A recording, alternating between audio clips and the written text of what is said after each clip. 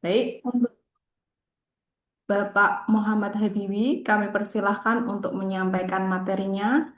Waktu dan tempat kami persilahkan. Ya, matur suwun Mbak Novita. Bisa share screen berarti nggih? Ya, boleh.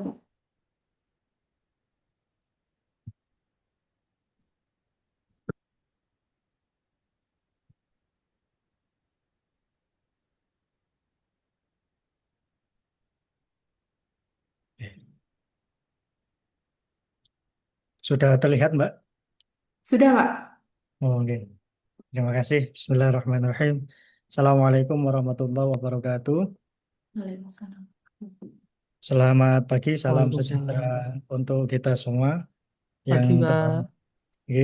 Mbak. Pak Dono, Mbak Novita, dan teman-teman di Agil semuanya. Salam sehat selalu. Kemudian ada teman-teman, bapak-bapak, ibu-ibu peserta. Di pagi hari ini, meskipun kita yang menjalankan puasa, nggih, meskipun sedang puasa, tapi tetap semangat untuk ada yang bekerja, kemudian ada yang sekolah mungkin ya, kuliah dan lain sebagainya. Semoga semua itu menjadi nilai ibadah untuk kita semuanya. Amin ya rabbal alamin. Untuk selanjutnya mungkin mengisi bukan ya, tapi sharing aja Mbak Novita. Sharing aja kepada teman-teman apa yang pernah saya lakukan, kemudian nanti bisa lanjut langsung dengan diskusi. Mungkin untuk pagi hari ini eh, saya akan mencoba menyampaikan beberapa isi tentang digital documentation for cultural heritage conservation. Kemudian nanti beberapa study case yang pernah kami coba lakukan di baik di Korea maupun di Indonesia. Dan memang ini sebenarnya inisiatifnya ketika kami sowan silaturahim ke Mas Dono di AGO. Bagaimana kalau kita misalkan ada collaboration project itu bareng-bareng dan salah satu step awalnya ini berupa sharing session terkait dengan digital dokumentasi digital pada cagar budaya. Saya dari instansi Indonesian Heritage Agency, mungkin teman-teman sudah kenal dulunya adalah Balai Konservasi Borobudur ya. Sekarang menjadi Indonesian Heritage Agency di bawah Kementerian Kebudayaan. Oke, langsung saja pada pagi hari ini isinya yang akan kami sampaikan coba adalah yang pertama kenapa kok dokumentasi digital itu penting dilakukan untuk cagar budaya. Kemudian yang kedua pendekatan teknologi yang dilakukan pada dokumentasi digital di cagar budaya. Kemudian nomor tiga, metode dokumentasi digital. Kemudian yang keempat, contoh-contoh studi kasus yang pernah kami lakukan, baik selama kulo di mana Korea Selatan sampai di Indonesia. Kemudian nomor lima, tentang lab konservasi dan dokumentasi. Oke. Mungkin karena backgroundnya peserta di sini tidak semuanya paham dengan cagar budaya atau heritage. Mungkin saya awali dulu dengan cagar budaya. Jadi kalau di sekitar Bapak Ibu mungkin ya yang terkenal saja di Magelang yaitu Candi Borobudur, kemudian di Jogja ada Candi Prambanan, kemudian ada lagi yang banyak Candi Sukuh Cetho, Pelausan di Jawa Timur, mungkin ada Majapahit. Kemudian ada museum-museum itu isinya juga berupa objek cagar budaya, terutama objek cagar budaya yang ada di luar ya, yang sifatnya outdoor itu sangat rawan potensi kerusakannya atau deteriorasi. Kenapa kok seperti itu? Karena potensi di outdoor itu kan banyak sekali faktor ya. Di antaranya satu faktor bencana seperti gempa bumi di Candi Prambanan pada tahun 2006 itu kita bisa lihat di gambar paling kanan itu banyak bagian dari Candi Prambanan itu yang rompol ya, rompol ke bawah. Kemudian ada yang tengah itu berupa kerusakan yang sifatnya erosi atau aus kalau kita menyebutnya. Kita bisa lihat perbandingan wajah yang relief di sebelah kiri ini, kemudian ada relief wajahnya sudah mulai hilang Bapak Ibu. Nah, ini kalau tidak segera dilakukan dokumentasi digital, khawatirnya nanti anak cucu kita sudah nggak bisa mengenali kira-kira ini dulu wajahnya seperti apa, bentuknya seperti apa, atau wajahnya wajahnya siapa seperti itu. Begitu juga dengan gambar relief di sini, di Candi Borobudur ini ikonik ya, di Candi Borobudur gambar relief kapal Samudra Raksa. Ini sudah mengalami beberapa kerusakan, misalnya ini penggaraman ya, yang warna putih-putih ini kita menyebutnya penggaraman karena memang dia terdiri dari garam-garam. Kemudian ada beberapa part yang hilang seperti di sini, bagian-bagian yang hilang. Ini kalau tidak segera dilakukan dokumentasi digital, khawatirnya nanti selain tadi tidak bisa dikenali oleh anak cucu, ketika terjadi kerusakan, misalnya copot atau apa, kita punya dasar, oh dulu ini letaknya di sini loh. Nah, itu pentingnya dokumentasi digital. Jadi merekam objek secara akurat dan detail. Kemudian ini konsep dasar dari dokumentasi, tentu kita ketahui bersama bahwa yang dibutuhkan ketika melakukan dokumentasi digital pada ya tidak hanya cagar budaya saja tapi ke semuanya, yang kita butuhkan adalah akurasi dan presisi. Akurasi itu maksudnya seberapa mendekati akurat data kita terhadap suatu objek. Jadi misal objeknya itu bentuknya circle, ya kalau bisa ya harus circle. Misalnya objeknya itu kasar, bentuknya kan gerundel-gerundel gitu ya. Nanti di data digital itu juga harus seperti itu. Itu yang namanya akurat. Akuratnya berarti akurasinya 100%. Begitu juga dengan presisi. Presisi itu berarti seberapa banyak pengulangan pun hasilnya akan tetap sama. Itu namanya presisi. Jadi kita ketika mengambil data 3D laser scanner, akurasinya itu harus tepat. Ya, dalam bentuk point cloud itu kan sudah tepat ya biasanya.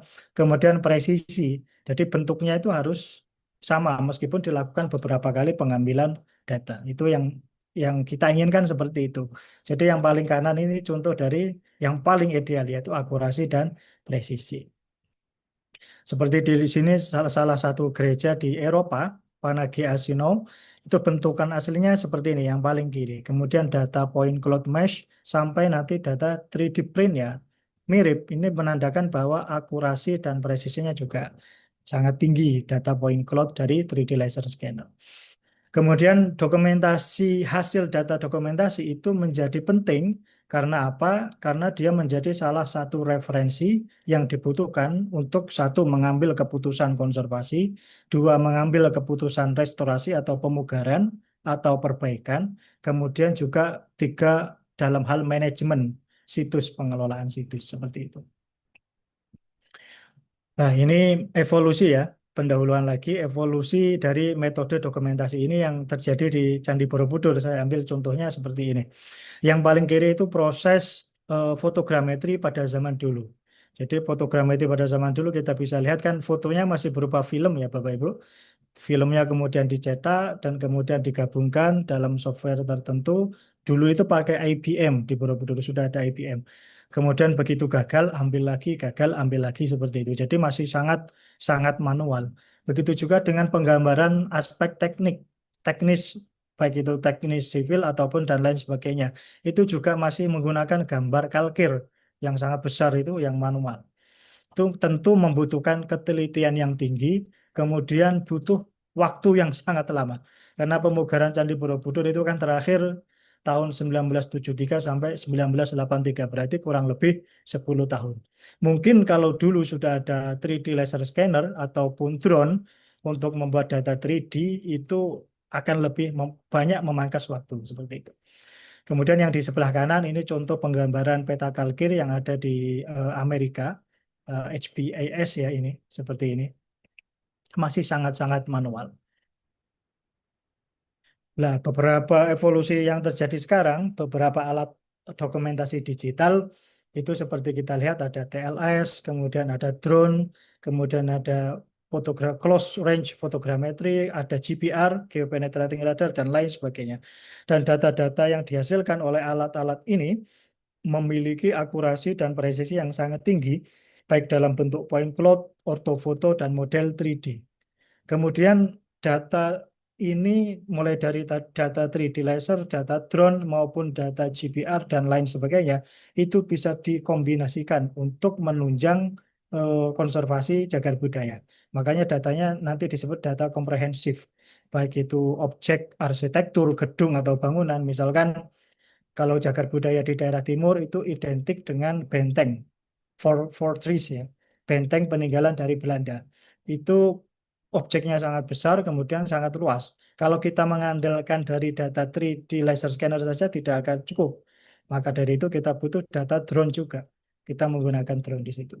Kemudian ada data relief atau data relief itu karena dia meskipun kecil ukurannya dimensinya, tapi dia butuh tingkat detail yang sangat tinggi.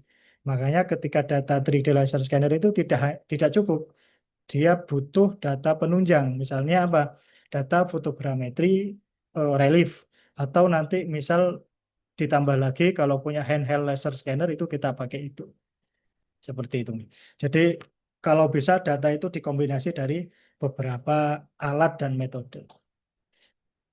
Nah, ini seperti yang Bapak Ibu sudah tahu, tentu kalau dalam hal dokumentasi digital di CB, prinsipnya hampir sama, dimulai dari perencanaan dulu, kira-kira luasan areanya seperti apa untuk data situs cagar budaya, kemudian dimensi bangunannya seperti apa, karena nanti juga menentukan kira-kira alat yang digunakan apa, kemudian durasi waktu pengambilan apa datanya itu seberapa lama, dan berapa orang yang dibutuhkan. Itu juga penting dalam waktu perencanaan. Untuk terkait data dimensi dan lain sebagainya, kita bisa berkoordinasi dengan Balai Pelestarian Kebudayaan setempat. Dan di Indonesia itu sudah ada 20 berapa gitu? 23 kalau nggak salah. Ada 23 Balai Pelestarian Kebudayaan yang tersebar di seluruh provinsi di Indonesia. Kemudian nanti akuisisi data ini juga menjadi banyak tantangan juga. Seperti saya dan tim ketika melakukan akuisisi data 3D lukisan gambar cadas yang cap tangan itu juga sangat menantang. Apalagi yang di Papua. Di Papua itu lukisan gambar cadasnya langsung menghadap ke laut. Jadi di bawah ini langsung laut, gambar cadasnya itu ada di atas. Itu juga sangat tricky ya, karena satu kestabilan dari alat itu tidak terjamin karena ombaknya kan bergerak terus. Ketika mengambil data kurang stabil. Kemudian kalau kita drone, pakai drone itu iya kalau sinyalnya itu bagus ya. Kalau sinyal kontrolnya itu bagus. Tapi kadang kendala di lapangan itu, apalagi di laut atau di hutan, itu biasanya sinyalnya agak trouble. Jadi sangat tricky. Trikinya apa ketika drone nyebur, nah itu yang cukup sedih bagi kita.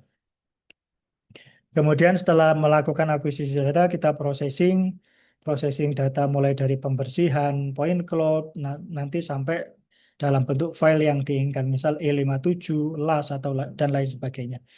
Kemudian kita validasi dengan bentuk pengamatan langsung yang kita lakukan di lapangan dengan hasil dari perekaman data itu. Kemudian baru dilakukan diseminasi. Nah, ini beberapa alur kerja dari dokumentasi digital di Cagar Budaya. Kemudian ini seperti yang dicontohkan tadi, yang pertama akuisisi data. Ini bisa menggunakan macam-macam alatnya ya, yang berbasis lidar dan bentuknya bisa drone lidar ataupun 3D laser scanner. Kemudian bisa juga fotogrametri dan lain sebagainya. Kemudian kita coba olah lagi dengan GIS untuk mendapatkan misal peta kerusakan ataupun peta keletakan dari situs tersebut. Kemudian nanti hasilnya bisa kita lakukan preservasi digital, baik itu dalam storage ataupun nanti dikembangkan lagi menjadi BIM, Building Information Modeling. Kalau di Cagar Budaya itu ada HBIM ya, Heritage Building Modeling ya. Kemudian nanti begitu dilakukan lagi, data digital tadi bisa juga digunakan untuk misalnya tourism ya, untuk pengunjung museum. Pengunjung museum melihat situs cagar budaya itu melalui VR, virtual reality, atau augmented reality itu bisa. Tanpa harus berkunjung langsung misal ke Papua dan lain sebagainya. Jadi pada dasarnya kesimpulannya adalah data digital itu sangat penting karena bisa digunakan untuk berbagai macam tujuan. Nah, ini salah satu contoh dokumentasi digital yang digunakan untuk konservasi. Ini kami ambil contoh di salah satu relief di Candi Borobudur. Jadi data digitalnya kita ambil melalui data fotogrametri, kemudian kita olah di mana? Agisoft, kemudian kita bersihkan lagi di Geomagic Design, kemudian kita digit secara manual di AutoCAD, di AutoCAD dan kita perhalus lagi di Illustrator.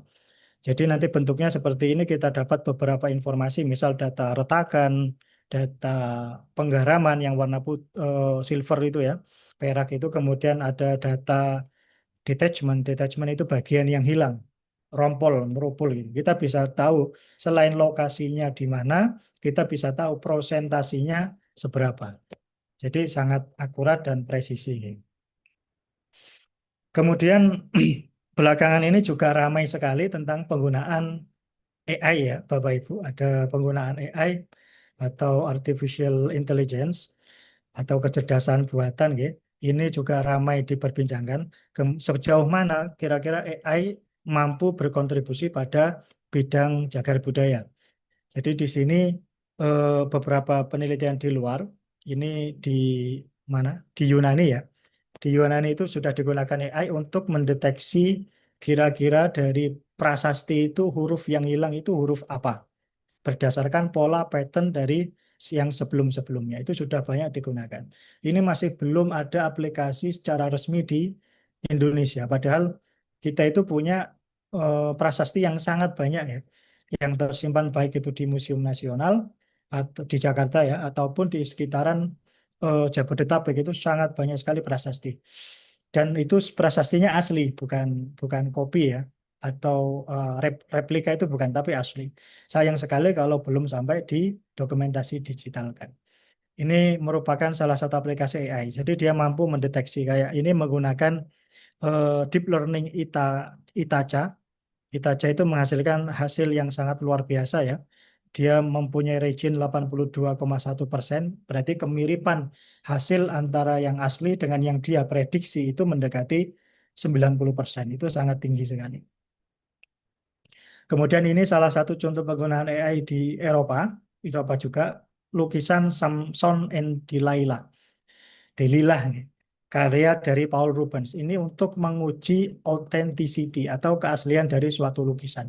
Jadi si AI ini dijejali, dilatih, disinauni tentang karakter dari lukisan Paul Rubens. Kalau nggak salah itu ada 148 lukisan yang dilatihkan kepada AI. Dari situ coba si AI untuk mendeteksi kira-kira lukisan ini asli atau palsu. Nah, dari situ bisa dilihat bahwa AI itu juga bisa digunakan untuk kontribusi untuk di cagar budaya untuk melihat tingkat keaslian autentisitas dari suatu karya seni seperti itu. Nah, kita masuk ke studi kasus ya. Ini dokumentasi digital yang kami gunakan di Candi Borobudur. Kita ketahui bersama bahwa relief dari Candi Borobudur itu kan sangat banyak sekali. Ada 1.400-an lah. 1.460 kalau nggak salah. Gitu. Yang relief berupa narasi, yang cerita, yang ada di dinding Candi Borobudur itu sangat banyak sekali. Jadi untuk melakukan digital monitoring atau pemetaan kerusakan secara digital, itu kita satu relief itu butuh waktu kurang lebih 1 bulan, gitu. Satu relief itu kurang lebih 1 bulan karena hasilnya seperti ini. Jadi ketika data 3D tadi sudah masuk, kemudian kita olah data polygon mesh-nya yang ada di tengah, kemudian kita digit secara manual. Sebagaimana diketahui, relief di Candi Borobudur itu kan sifatnya naturalis ya. Maksudnya apa? Naturalis itu sesuai dengan bentuk proporsi aslinya. Manusia ya kepalanya seperti itu, tangannya seperti itu, bahkan sampai ke bentuk pohonnya juga seperti itu. Bentuk hewannya juga seperti itu. Beda lagi dengan narasi relief di daerah percandian di Jawa Timur. Dia sifatnya lebih ke imajinari ya. Jadi ada tidak sesuai dengan bentuk aslinya. Jadi kalau di Borobudur itu atau daerah Jawa Tengah itu sifatnya naturalis. Makanya di Borobudur itu banyak juga penelitian tentang identifikasi flora dan fauna di relief Candi Borobudur karena memang bentuknya itu representatif dari bentuk aslinya seperti itu. Oleh karena bentuknya mirip dengan aslinya, tingkat detailnya juga sangat tinggi. Ketika kita digit misalkan daun, misalkan pohon, ya kita harus digit mulai dari batang, pohon, buah, bahkan burung. Ketika burung itu ya paruhnya mana, matanya mana, kakinya mana. Jadi sangat sangat pekerjaan yang sangat banyak dan sedikit boring ya. Karena rutinitas yang terus menerus klik klik klik seperti itu. Tapi hasilnya sangat akurat dan presisi sehingga pemangku kebijakan itu ataupun orang ketika mengunjungi Candi Borobudur, kan ada itu orang turis yang berkunjung ke Candi Borobudur. Wah, ini kok candinya tambah rusak. Wah, ini candinya kok tambah banyak putih-putihnya. Lah, kata-kata kok tambah banyak putih-putih kan dasarnya cuma dasar visual atau sifatnya subjektif ya. Dia tidak punya dasar secara sains atau ilmiah. Nah, dari data ini, data hasil dari pemetaan kerusakan secara digital itu bisa kita gunakan untuk memonitor kira-kira kerusakan dari relief itu dari tahun ke tahun bertambah seberapa banyak persentasinya. Seperti itu. Ini surface depth modeling ya, yang kami lakukan di Korea Selatan. Jadi di sana ada beberapa jejak dinosaurus, nih. Jejak dinosaurus yang ada di Daiichiri, ya, di lingkungan Daiichiri. Itu sudah mengalami banyak kerusakan, banyak aus. Sehingga ketika ahli paleontologi itu melihat di lapangan tidak bisa membedakan ini mas jejak dinosaurus jenis apa atau spesies apa itu tidak tahu. Dari situ kemudian tim dari lab kami mencoba untuk melakukan 3D laser scanner ya. Pada waktu itu kita pakai handheld laser scanner, kemudian kita coba lakukan datum aksis. Dari situ kita dari data 3D polygon mesh kita dapat melihat volume dan kedalaman. Makanya kita pakai depth calculation method. Volume kedalaman setiap jejak kaki yang tersisa. Dari situ ada data numeric, kemudian kita dianalisis oleh ahli paleontologi, dia bisa membedakan tanpa harus datang ke lapangan. Dari situ, dari pemetaan kedalaman jejak kaki dinosaurus yang telah rusak. Kemudian dari situ kita juga melakukan scanning terhadap prasasti Hyundai, bukan Hyundai merek mobil ya, tapi Hyundai ini pantai, salah satu pantai di Busan yang terkenal ini. Nanti kalau Bapak Ibu berkunjung ke Korea Selatan, wajib ke Hyundai di Busan. Itu ada salah satu prasasti yang mana tulisannya sudah erosi, sudah aus, sudah banyak rusaknya. Dari situ ahli epigraf atau ahli prasasti tidak bisa membaca, oh ini hurufnya huruf apa ya, kok mirip bentukannya seperti aksara Mandarin yang lain. Nah, dari situ kita coba melakukan contour mapping, pemetaan secara kontur, kemudian kedalaman selisih selisih kedalaman 1 sampai 2 mm ya, itu bisa kita pertegas warnanya. Seperti pada gambar kita lihat bersama, pada gambar merah ataupun ungu. Ini memungkinkan sekali untuk mengidentifikasi abjad jenis huruf yang sudah rusak secara visual, tapi masih kita bisa bedakan secara digital. Nah, ini outputnya apa? Nanti ketika kita lakukan restorasi atau mau buat replika yang tujuannya untuk edukasi kepada generasi pendatang, kita punya dasar, kita punya data. Oh ini sebenarnya seperti ini, hurufnya ini berdasarkan analisis atau penelitian ini seperti itu. Kemudian yang selanjutnya ada yaitu displacement analisis ya. Analisis apa? Pergeseran. Ini menggunakan data 3D juga. Ini salah satu five story stone pagoda di Gemgolsan, Jindo, di daerah agak ke bawah dari Korea Selatan. Itu kita bisa melihat kira-kira kan pagoda itu strukturnya kalau di Indonesia mungkin kayak Candi Prambanan gitu. Kalau Borobudur kan lebar, kalau Prambanan kan sangat tinggi. Dari situ kita bisa tarik tarik garis vertikal absolut dari tengah yang berwarna yang berwarna biru itu. Kemudian dari situ kita bandingkan dengan beberapa titik pusat sentroid dari masing-masing tingkatan pagoda.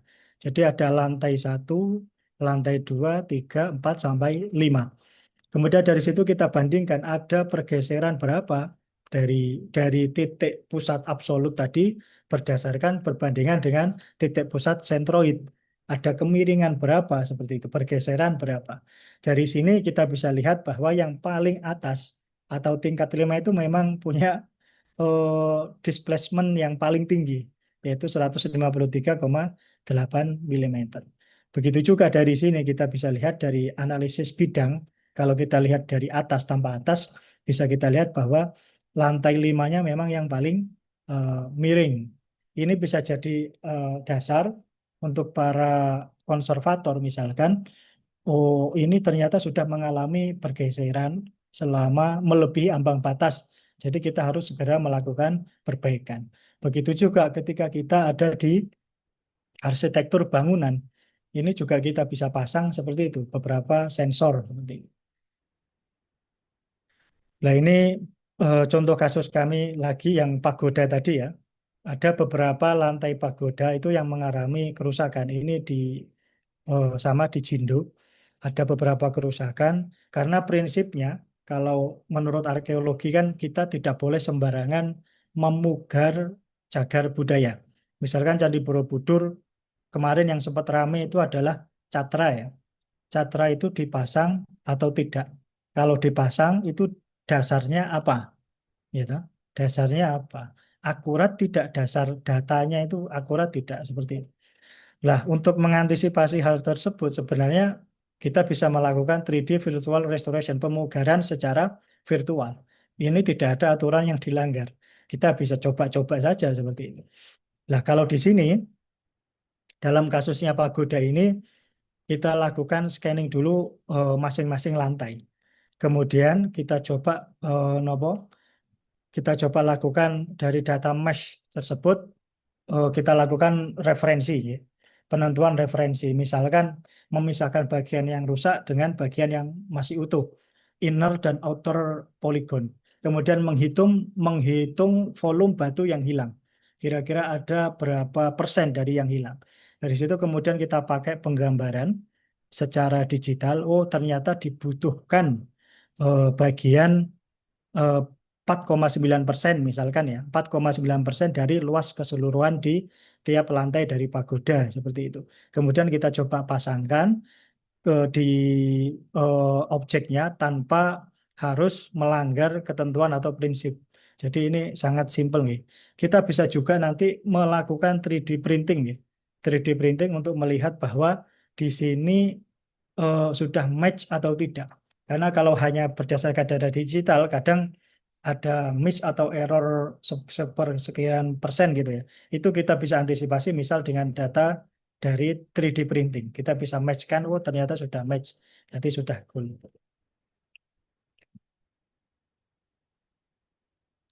Kemudian ini merupakan salah satu hal yang juga sudah banyak dilakukan. Mungkin teman-teman dari pertanian juga sudah melakukan, ya. Kita pakai IoT, ya, Internet of Things, untuk menghubungkan semua sensor ke dalam satu aplikasi, sehingga memudahkan kita untuk mengamati kira-kira ada perubahan atau tidak pada suatu objek. Dalam hal ini kita pakai di Gongju ya, salah satu pagoda di Gongju. Gongju itu di dekatnya Daejeon, daerah tengah. Itu kita melakukan sensor kemiringan, meletakkan sensor kemiringan pada masing-masing titik di pagoda. Begitu data kemiringan tersebut nanti diterima oleh CDM apa oleh sensor, kemudian sensor mengirim data melalui CDMA ke PC di lab. Jadi kita tidak perlu langsung berkunjung tiap hari ke situs. Kita bisa memantau langsung di lab secara real time. Kemudian di aplikasi di kompisi di lab itu sudah mengkalkulasi dan akan memberikan warning ketika ada perubahan yang melebihi dari batas ambang batas. Jadi langsung dikirim melalui SMS biasanya kalau di sana ya. Kalau di sana. Kalau di sini mungkin di bidang pertanian atau di bidang yang lain itu sudah mulai berjalan yang IoT seperti itu. Pemantauan misal kadar air dalam tanah sudah mulai berkurang. Itu nanti dikirim ke petaninya untuk segera melakukan penyemprotan atau bahkan otomatis. Otomatisasi ketika airnya berkurang, dia otomatis akan menyalakan semprotan airnya seperti itu. Ini juga kita pakai di bidang cagar budaya. Nah, ini seperti di sini kita lakukan beberapa sensor. Di sensor T1, T2, T3, T4 kita pakai solar panel untuk energinya. Tidak pakai baterai karena dia sifatnya outdoor dan sangat jauh dari kelistrikan. Ini data pergerakan dari nopo pagoda tadi. Dari waktu ke waktu dia itu bergerak. Makanya ketika ada pengunjung bilang, oh ternyata bulan Mei saya ke sini kok miringnya ke arah selatan. Kemudian bulan Juli kok ke arah utara. Itu karena memang setiap benda itu mengalami pergerakan. Ada pergerakan yang bisa kita lihat secara visual, ada pergerakan yang memang butuh ketelitian yang tinggi.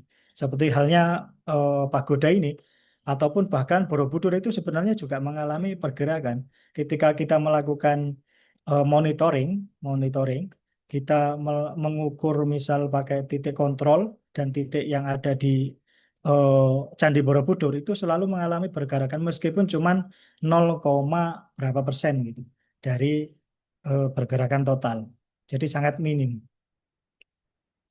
Kemudian di sini ini yang penting juga terkait dengan 3D laser scanner di penerapannya di karya seni. Bae Song itu salah satu pelukis seniman Korea Selatan yang pertama kali berkarir di Eropa. Jadi pelukis Korea yang pertama berkarir di Eropa tahun 20 atau 40-an itu. Salah satu lukisan yang terkenal dari Bae Song itu adalah lukisan tarik tambang. Lukisan tarik tambang di sini. Kalau kita lihat di sini memang sekilas tampak baik-baik saja, nih. Tampak baik-baik saja.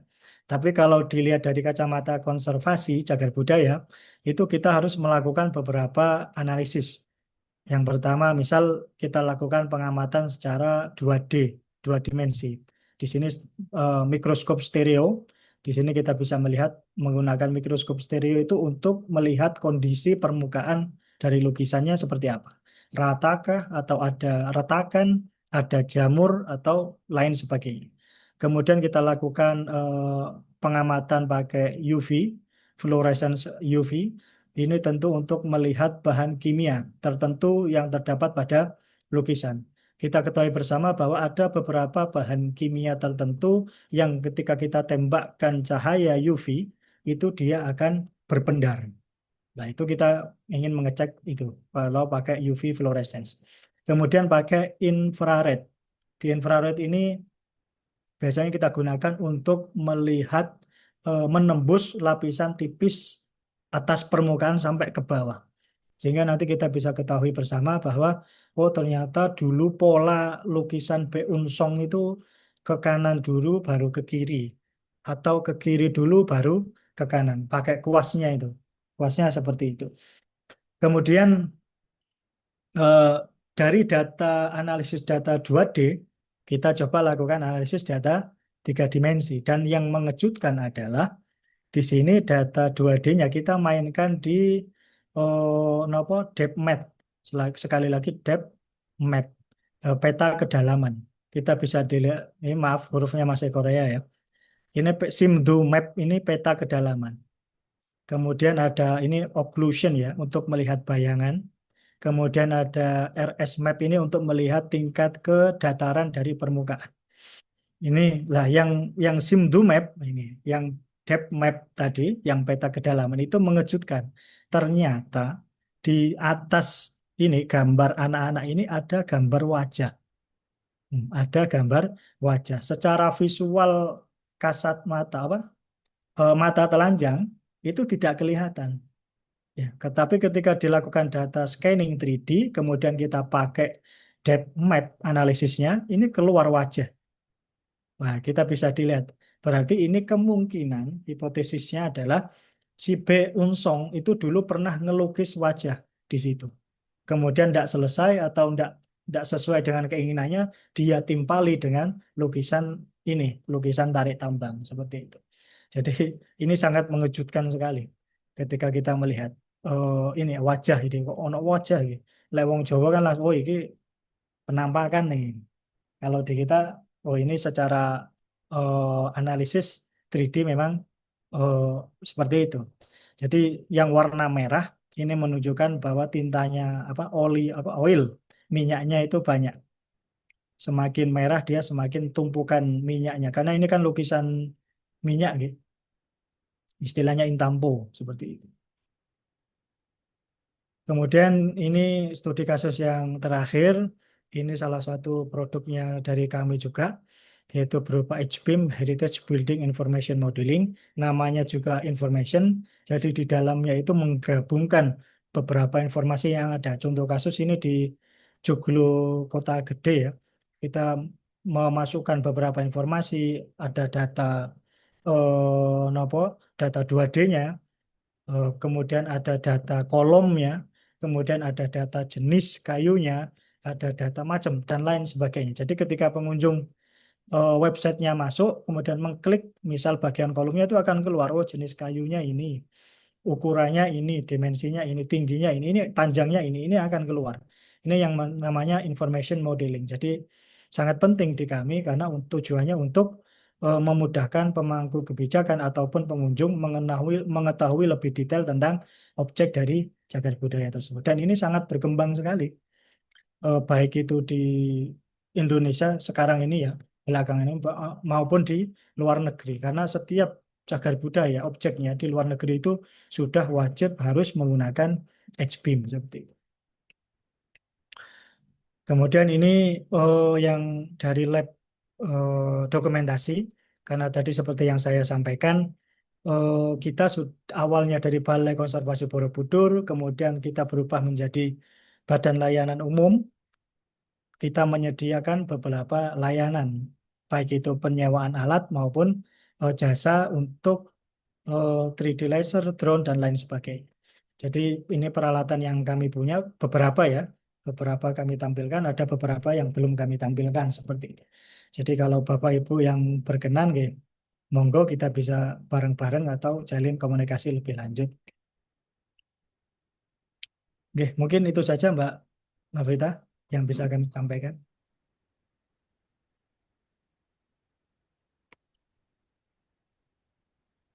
Oke, baik. Sudah ya Pak ini ya Pak. Sambung.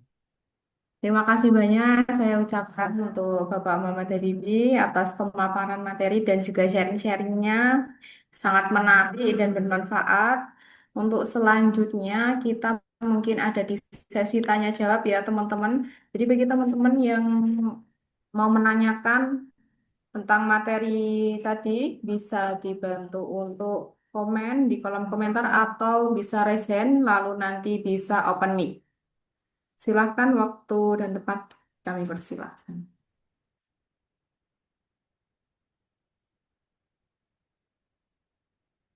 Oke, ada pertanyaan ini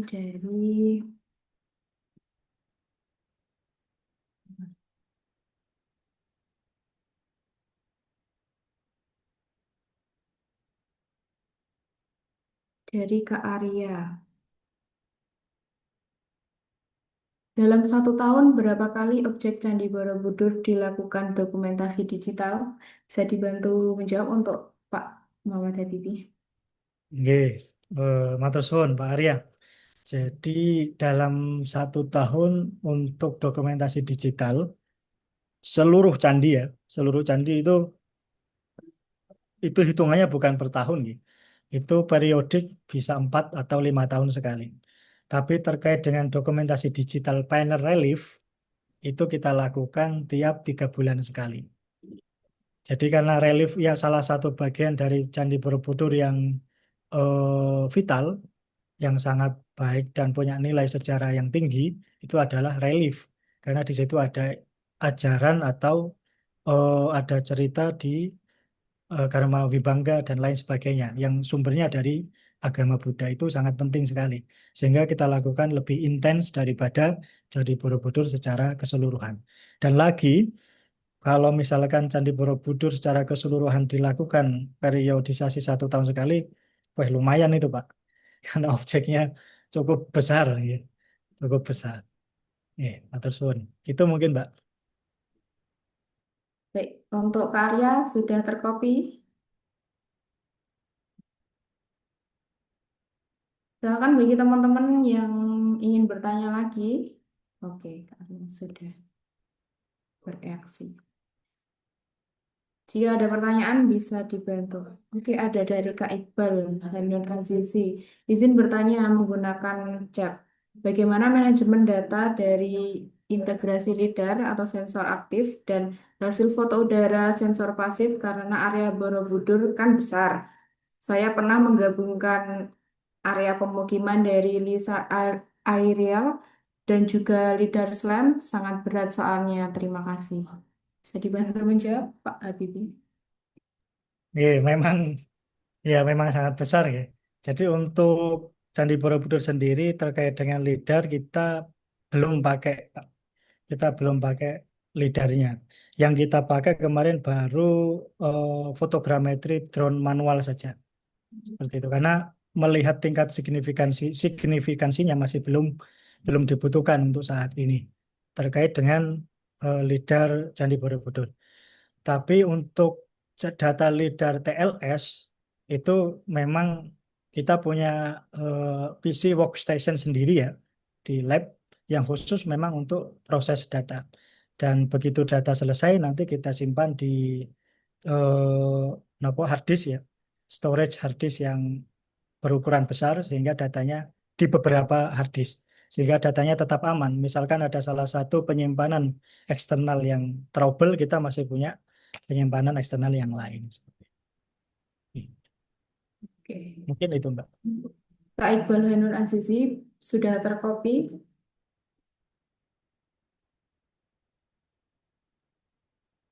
Silakan teman-teman yang lainnya juga boleh yang Oh, mau itu ber. ada tambahan, Mas. Pengolahannya dipecah-pecah atau jadi satu kesatuan, Mas. Kalau untuk Borobudur secara full itu jadi satu kesatuan, Mas. Tapi yang dari atas ya, yang dari areal. Tapi kalau full candi di tingkat detailnya itu kita pecah-pecah. Kita pecah-pecah. Misalkan lantai satu, lantai dua, lantai tiga, nah ya kita memang harus pecah-pecah karena sangat banyak sekali. Matur suwun. Silakan bagi teman-teman yang mau bertanya, masih kami beri kesempatan. Sudah terkopi ya Kak Iqbal Hanun?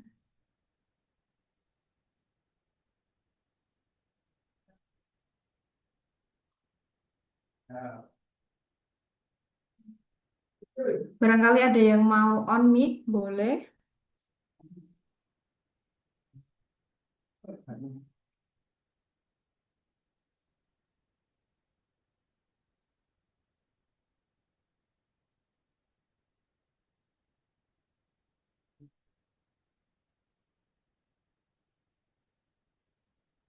Satu lagi pertanyaan baik. Boleh, boleh. Silahkan.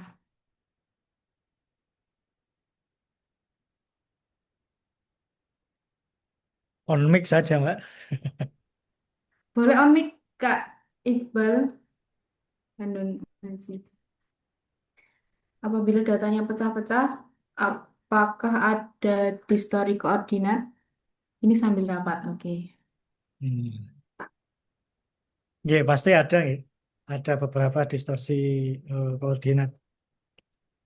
Tapi yang bisa kita lakukan adalah ya mencoba membersihkan sebersih mungkin data poin cloud-nya itu seperti apa. Seperti itu. Pasti ada distorsi. Oke. Baik, sudah terkopi ya Kak Iqbal.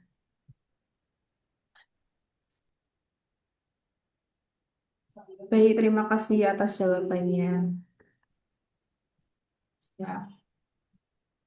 Apakah ada pertanyaan lagi, teman-teman?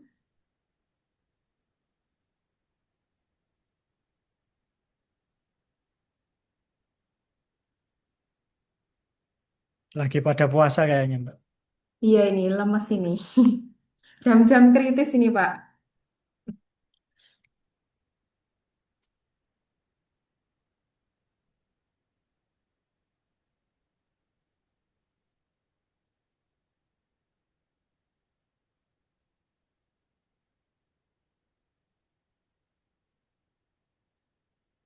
Oke, mungkin sudah untuk pertanyaannya. Oh, masih ada ini. Dari Kak Arya lagi. Bila pasca gempa itu, gempa kecil maupun besar, apakah objek cagar budaya akan saat itu juga langsung dilakukan dokumentasi digital? Oke, kalau skalanya kecil ke kalau di kami itu enggak. Tapi kalau skalanya sudah agak besar, misalkan 45 SR itu ya kita lakukan. Misal pengecekan titik koordinatnya atau seperti apa itu kita lakukan pengecekan ada pergeseran atau tidak. Kemudian data crack meternya kita coba crack meter data pengukur retakannya kita cek juga ada penambahan retakan atau enggak. Kita lakukan pengecekan. Tapi tidak harus selalu diikuti oleh dokumentasi digital. Seperti itu.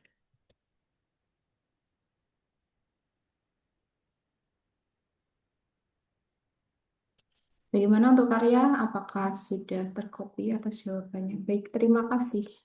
Oke, sama-sama. Mungkin apakah teman-teman ada yang ingin bertanya lagi? Kalau sudah, mungkin Hmm. bisa tanya jawab. Saya tutup. Kita masuk ke acara selanjutnya, yaitu di sini penutup ya teman-teman. Apakah ada pertanyaan? Nggak ada lagi ya ini ya. Mungkin nanti kalau ada pertanyaan nanti bisa di-share di grup ataupun japri saya. Nanti bisa saya bantu ke Pak Habibie. Siap, siap. Lagi puasa semua kayaknya, Mbak. Iya ini, diem aja ini teman-teman ini. Oke, monggo, Mbak. Mungkin ini ada pertanyaan lagi dari Kak Arya. Alat alat apa biasanya untuk melakukan scanning pada lukisan atau prasasti? Oke. Alatnya. Oh, itu bisa pakai dua alat, Pak Arya.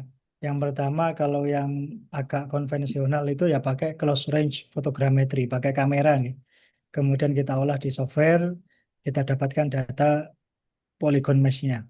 Kemudian yang kedua pakai yang tadi saya sampaikan handheld laser scanner.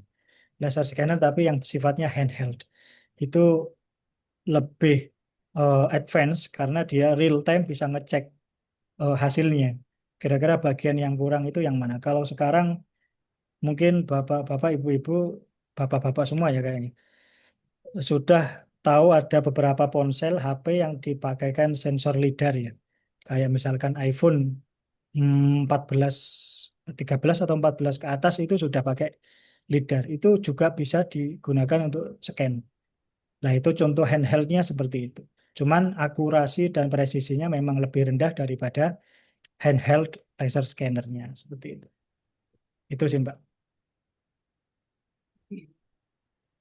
Jadi ada dari Kak Kristoforus.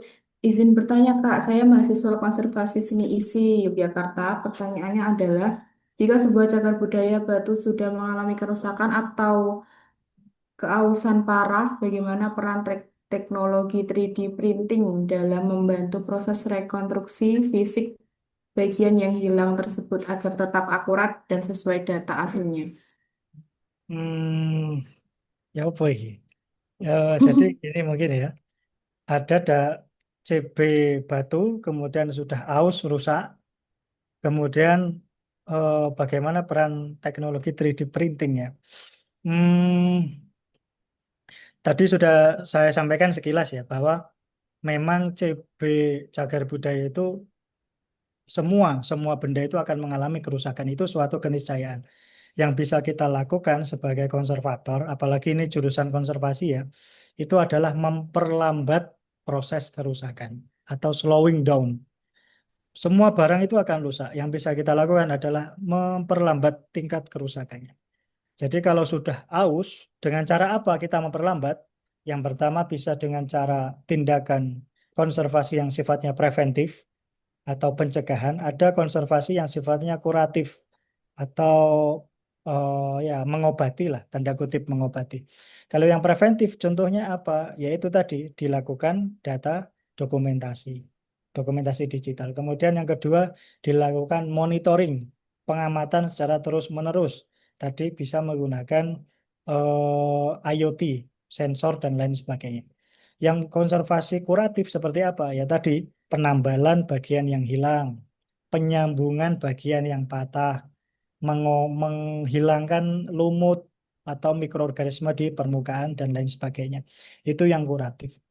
Jadi yang 3D printing itu seperti apa? 3D printing sebenarnya perannya adalah sebagai wahana, salah satunya ya, edukasi kepada masyarakat. Jadi ya CB itu kan tidak boleh dipegang ya aslinya ya. Kalau teman-teman mengunjungi Candi Borobudur, itu sebenarnya kita nggak boleh megang reliefnya. Karena di keringatnya kita itu kan membahayakan pada batunya, banyak mengandung garam ya. Nah, kalau ada 3D printing, bentuknya udah mirip dengan aslinya, bahkan replikanya, kita boleh memegang, merasakan. Ini untuk pengunjung apa? Masyarakat, baik itu yang normal ataupun yang punya kekurangan, misal tunanetra, itu kan juga butuh memegang ya, sehingga dia punya gambaran, oh ternyata candi itu bentuknya seperti ini loh. Kemudian prasastinya hurufnya ini kayak huruf Braille gitu, hurufnya ini. Jadi di situ sangat penting sekali. Bagaimana perannya terhadap rekonstruksi? Nah, ini penting juga. Karena ketika kita melakukan perbaikan atau restorasi, itu kita tidak boleh atau meminimalisir kesalahan. Meminimalisir kesalahan. Salah satu cara untuk meminimalisir kesalahan itu adalah dengan menggunakan data 3D printing. Jadi, misal kita mau menyambung suatu artefak batu, serut gitu ya. Kita pakai lem yang permanen. Nah, di kemudian hari ternyata, oh ini salah pasang. Kalau lemnya permanen ini kan nggak bisa dicopot. Tuh. Makanya kita cari lem yang sifatnya itu eh, bisa dicopot gitu. Nah, salah satu menangani hal tersebut adalah dengan data 3D printing tadi. Di print, kemudian kita coba cocokkan, nggak perlu dilem. Malah. Nggak perlu, oh ternyata nggak cocok, kita bisa bikin 3D printing yang lain. Jadi, seperti itu mungkin ya, Mas Christoforus. Oke. Apakah sudah terkopi untuk Kak Kristoforus?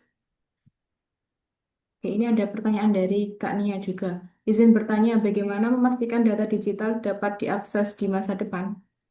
Wah, kalau akses kami kira sudah banyak akses ya, banyak akses data digital CB. Mungkin bisa cari di Sketch itu ada banyak sekali data CB. Cuman nggak semuanya gratis ya, nggak semuanya gratis. Ada beberapa yang free tapi banyak kan tidak free. Karena menyangkut tadi copyright ya. Karena data dokumentasi yang datanya sifatnya digital itu pasti sangkut pautnya nanti dengan copyright. Misalkan Kak Nia, Kak Nia butuh data digital, digital yang khusus tertentu, boleh mendatangi instansi yang bertanggung jawab terhadap data digital tersebut. Kalau misalkan data Borobudur ya, silakan datang ke Borobudur. Data Candi Prambanan, silakan datang ke instansi yang di Candi Prambanan seperti itu. Kalau untuk go public itu sebenarnya sudah ada beberapa tapi belum semuanya. Seperti itu. Oke. Apakah sudah terkopi untuk Kak Nia? Ini Kak Kristoforus. Mohon maaf Pak, maksud saya peran teknologi digital documentation seperti 3D tadi bukan spesifik 3D printing, tapi sudah cukup Oh, menjawab. berarti pun dijawab berarti. Oke. Oke, oke. Terima kasih. Terima kasih terkopi. Oke, sama-sama. Jadi teman-teman sebelum penutup kita di sini ada absensi terlebih dahulu bagi teman-teman yang mengikuti dan sudah berpartisipasi untuk sampai saat ini bisa dibantu untuk screenshotnya dulu teman-teman. Ini nanti kita di absensi ada bukti untuk keikutsertaan. Saya share di kolom komentar ya teman-teman untuk link absensinya.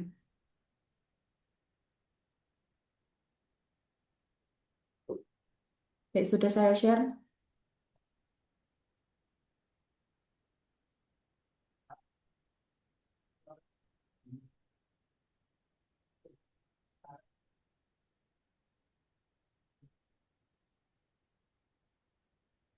Kita kasih waktu sampai di jam 10 ya teman-teman untuk absensinya. Lanjut nanti kita masuk ke acara penutup.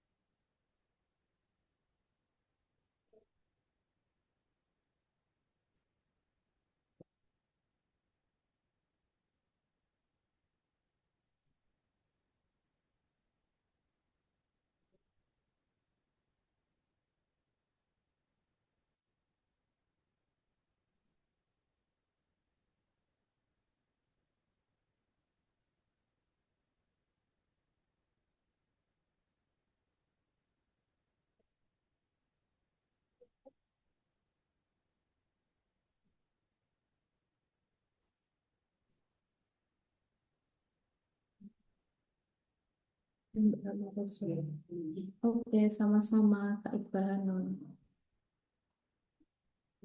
Bagi teman-teman yang mungkin ada kendala untuk absensi, nanti bisa japri ke saya ya teman-teman.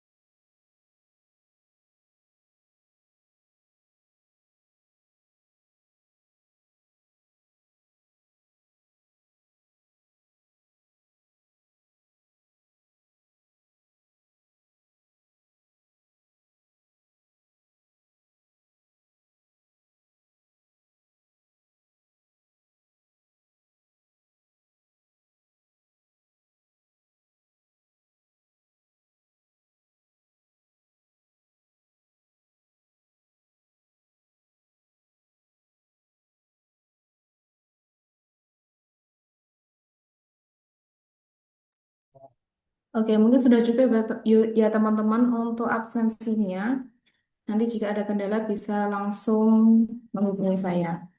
Baik, kita sudah sampai di penghujung acara. Ini kita di acara penutup. Teman-teman, terima kasih. Tidak terasa sudah jam 10, teman-teman. Saya mengucapkan terima kasih yang sebesar-besarnya kepada Bapak Muhammad Habibie atas waktu dan ilmunya yang telah disampaikan, yang sudah dibagikan kepada kita semua. Terima kasih juga untuk kepada seluruh peserta yang sudah antusias dan penuh semangat. Nih ya teman-teman, walaupun puasa, tetap semangat. Semoga kegiatan hari ini bermanfaat untuk kita semua untuk menambah wawasan. Saya sebagai MC, mohon maaf apabila selama memandu acara terdapat kata-kata yang kurang berkenan. Akhir kata, wassalamualaikum warahmatullahi wabarakatuh. Sampai jumpa di kegiatan berikutnya. Waalaikumsalam warahmatullahi wabarakatuh.